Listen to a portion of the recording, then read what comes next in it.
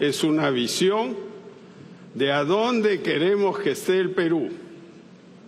No es solo un porcentaje aquí, un porcentaje allá, una cifra aquí, una cifra allá. Es una visión de dónde debe estar el Perú, qué debemos hacer para tener un país dinámico, con crecimiento y justicia, porque todavía hoy en el Perú somos un país injusto.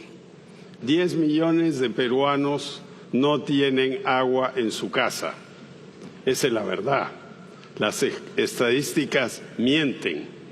Ahora, yo quiero hablar de algunas metas, porque sin metas concretas que se ven cada año y decimos, ¿estamos cumpliendo la meta o no la estamos cumpliendo?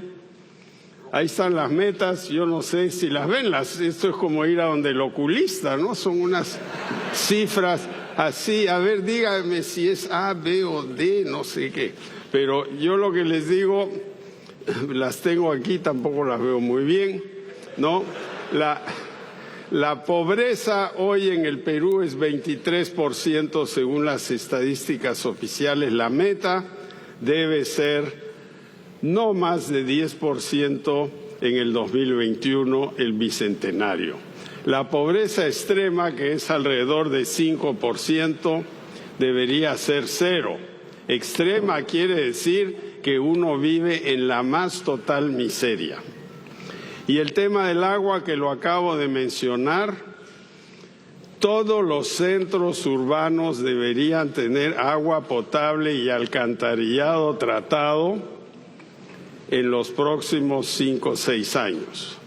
Y todos los lugares periurbanos, esos cerros donde la gente está apiñada, deberían tener agua en no más de 10 años.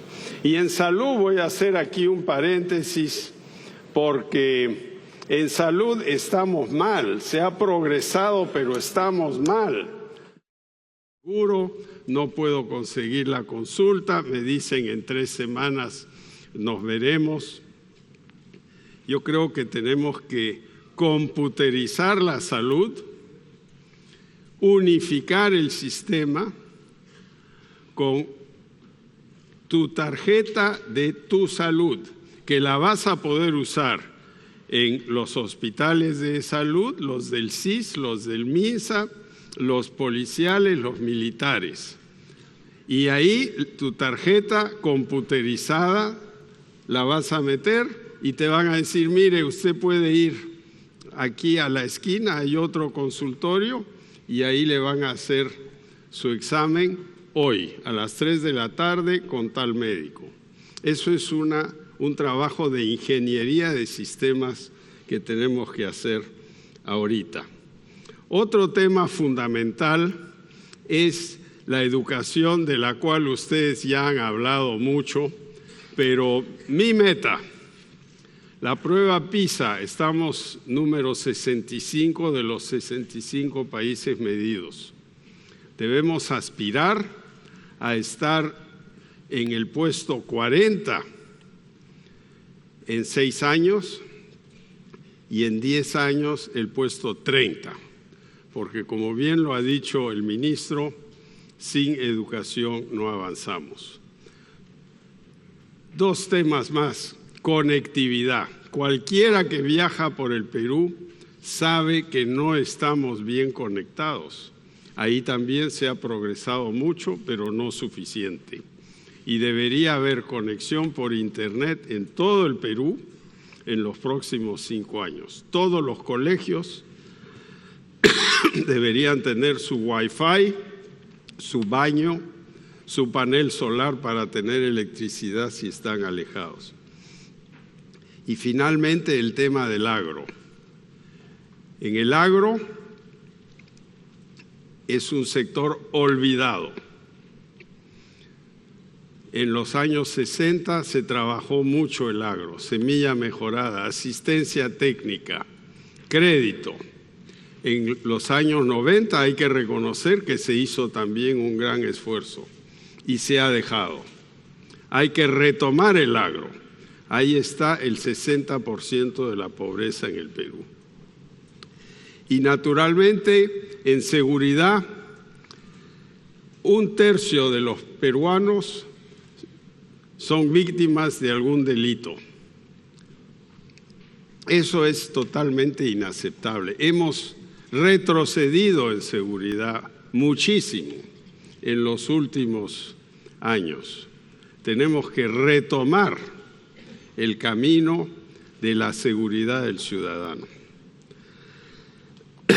Ahora vamos a nuestro problema coyuntural. El primer problema es el estancamiento de la economía peruana, 2,5% de crecimiento con perspectivas inciertas el año que viene y el siguiente. Y esto viene de muchas causas, como sabemos. La primera es lo que ha pasado en China. China estaba creciendo hace 10 años al 12-14% y hoy está raspando 6%. Metales al suelo. Hay una hecatombe en metales como el zinc, por ejemplo, y eso está afectando a muchas empresas y trabajos en el Perú. La otra cosa que ha pasado es que no hemos tomado las medidas a tiempo para contrarrestar esta bajada inevitable de la actividad con la inversión pública. La inversión pública ha llegado 5% del producto y este año va a estar en 3,8%. Está bajando en vez de subir y eso está mal. Independientemente de discusión fiscal, tenemos la plata para ese 1,2, 1,5% que nos falta. Otro tema fundamental para salir adelante es que la gran mayoría de las empresas y los empresarios en el Perú son pequeños, son pymes, no tienen contabilidad. El 65% de la fuerza laboral es informal, sin beneficios. Hoy se habla de lo que pasa en los fondos de pensiones, pero los fondos de pensiones cubren apenas el 20% de la población. El grueso de la población está al descubierto y eso es algo que tenemos que cambiar. Perdón.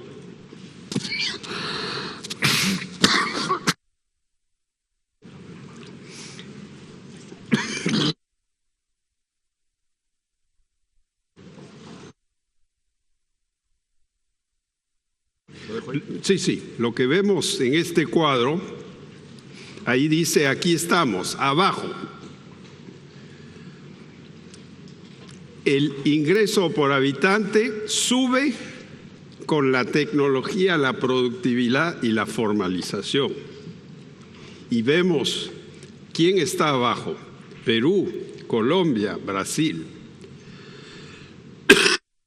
Arriba, Corea, Chile y naturalmente Estados Unidos, Canadá, Suiza. Tenemos que formalizarnos. Esta idea de que siendo informales, sin cobertura social, sin cobertura del conocimiento, que vamos a llegar a la cumbre del cerro es falsa y todo lo muestra. Tenemos que ser mucho más agresivos en enfrentar esto. Ahora, con la caída de la minería, tenemos que pensar en los sectores que tienen un futuro. Y hay dos que quiero rescatar. Hay un barco aquí con 2,000 personas en la bahía. Imagínense si pudiéramos sacar a toda esa gente y llevarlos a las Islas Ballestas, a ver huacas que están por aquí. Regresando al tema de la informalidad, pensemos que la razón principal de la informalidad en el Perú es la dificultad de ser formal. Demasiados obstáculos. Por eso nosotros hemos propuesto no exoneraciones, sino tú te formalizas y yo te doy un impuesto mucho más bajo, 10% por 10 años. Y si tú no quieres llenar el formulario, 2,5% sobre tus ventas. Porque ¿qué pasa hoy en el Perú? Tenemos un IGB de 18%, es demasiado alto. Y 52 empresas pagan el 40% de los impuestos en el Perú. El resultado de eso es que hay que ponerle impuestos indirectos, regresivos, a la mayor parte de la población. Y de ahí viene este IGB demasiado alto. Tenemos que empezar a bajarlo, poco a poco, y facilitar a las grandes empresas que reinviertan sus utilidades en nuevos proyectos, bajándoles el impuesto a la renta si reinvierten. Y todo el mundo me dice, qué mala idea es el seguro de desempleo. Yo creo que es una magnífica idea. Y se inventó en Alemania en 1884. ¿Por qué no aquí? Facilitaríamos la movilidad laboral y está demostrado que eso facilita la productividad, aumenta los ingresos. Y es algo que podría manejar vía licitación las empresas de seguros. Luego quiero pensar un poco en las remuneraciones del sector público y la remuneración mínima vital. ¿Qué ha pasado? Hace 15 años, la remuneración promedio del sector público era 50% mayor que el ingreso per cápita. Ha subido el ingreso per cápita. Y ahora esa remuneración es apenas el per cápita, es debajo del per cápita. Y la remuneración mínima vital, que es tema de tanta controversia, estaba en el mismo nivel que el per cápita y hoy está sustancialmente por abajo. Entonces, esto es un freno a la economía. Yo no digo que hay que subir los sueldos sin productividad, pero si las remuneraciones no aumentan junto con el aumento total del ingreso de una economía, estamos manejando con el freno puesto en el auto. Y finalmente quiero hablarles un par de minutos de la minería. También me dicen, ¿cómo vas a hablar de la minería? Pero la minería es el 50% de la exportación del Perú. Tenemos que apoyar a la minería, no irresponsablemente. La minería tiene que ser ambientalmente responsable. Pero miren lo que ha pasado. En el 2002 había 9 normas legales que afectaban un proyecto minero. Hoy hay 242. Es así de simple. Tenemos que abrir las puertas, las ventanas. Bienvenida a la inversión responsable. Así con este gráfico nos estamos haciendo el harakiri. Y les quiero mostrar el resultado. Estamos exportando concentrado, es el verde. Y el que es color cobrizo es el metal. El metal se ha derrumbado. Ya no exportamos metal. La Oroya se cerró por varias razones. No se construyen nuevas fundiciones gracias a estas reglamentaciones que he mencionado. Y estamos exportando tierra y no tenemos valor agregado. Regresamos a los dos sectores que mencioné. El barco que está en la bahía. Miren, en el 2004, turismo y agroindustria daban 2.500 millones de dólares de ingreso. Hoy dan casi 10 años después. Y podrían dar 20. Entonces, eso y la educación y la reforma de la pequeña empresa es nuestro camino hacia una economía más dinámica. Quiero, en los minutos que quedan, hablar de la lucha contra la corrupción y de la inseguridad. No podemos seguir con un poder judicial y un Consejo Nacional de la Magistratura que son opacos y mucha gente piensa que son corruptos. Eso no puede seguir. Tenemos que hacer un cambio y tener el coraje de decir, lo vamos a cambiar.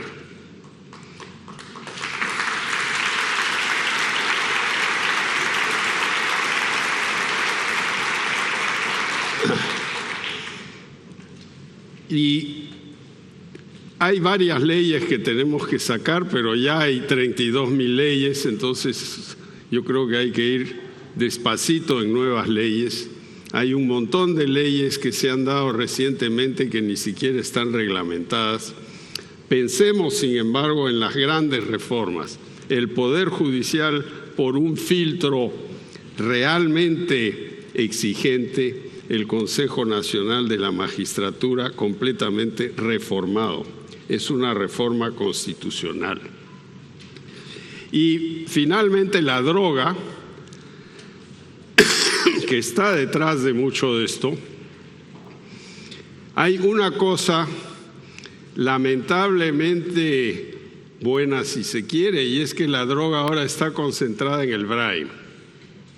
Entonces es mucho más fácil atacar la droga concentrándose en la infraestructura básica para la zona más pobre del Perú, que está incomunicada y por eso viven del cultivo de la droga. Ahora vamos 2 segundos a la seguridad.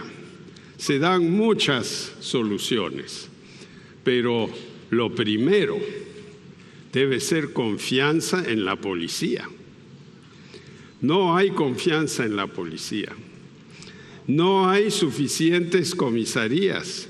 Hay 400 distritos que no tienen comisarías.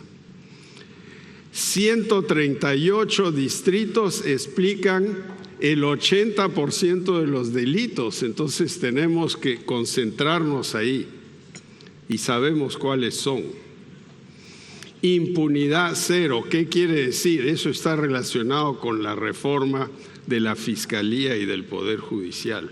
Y en las cárceles, donde la mayoría son jóvenes que salen más delincuentes que cuando entraron, hay que enseñarles algo, cárceles productivas y finalmente barrio seguro. Tenemos que refundar el país. Hemos tenido 25 años de gran progreso y nos ha ayudado la marea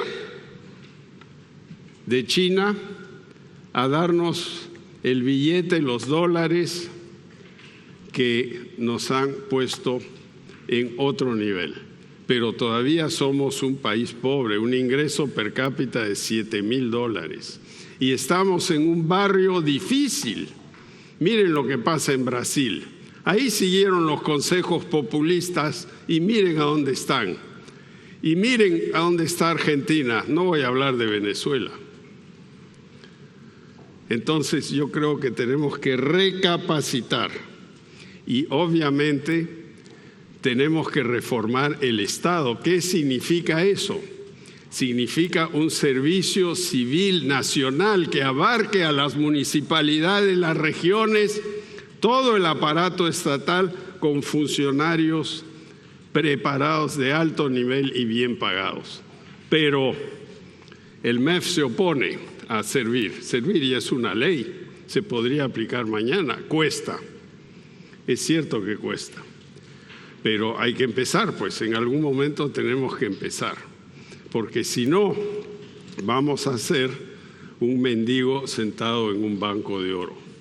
El Perú tiene todo en la mano, los recursos, la iniciativa, la población joven con mujeres que quieren trabajar, perspectiva demográfica favorable.